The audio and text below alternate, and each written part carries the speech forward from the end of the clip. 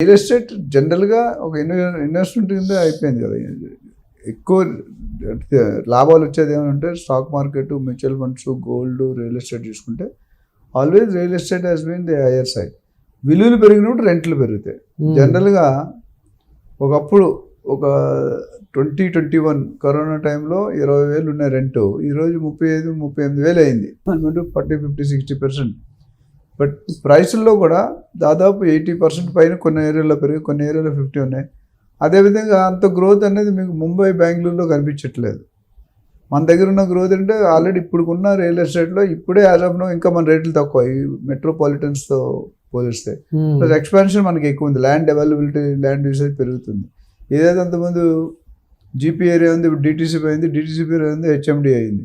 So rental అనేది పెరగడానికి demand ముఖ్యంగా. ఎప్పుడైనా రేట్లు పెరిగిన డిమాండ్ ఎక్కువ ఉండి సప్లై తక్కువ ఉంటే రేట్లు పెరుగుతాయి. అదే డిమాండ్ తక్కువ ఉండి సప్లై ఎక్కువైతే రేట్లు తగ్గుతాయి. ఇప్పుడు ఇంతకుముందు ఒక 30 years పోతే 10 ప్లాట్లు ఉంటే ఒకడు ఉండేవాడు కొనేవాడు. ఇప్పుడు రివర్స్ అయింది, అంటే ఒక ప్లాట్ ఉంటే కొనేవాళ్ళు 10 మంది అయ్యారు. సో డిమాండ్ ఎప్పుడు అంతకుముందు కండబలం, గుండె బలం ఉండేది. ఈ రోజుల్లో మీకు మనీ బలం, విటమిన్ ఎం, ధనం జగత్ ఇదం మూలం.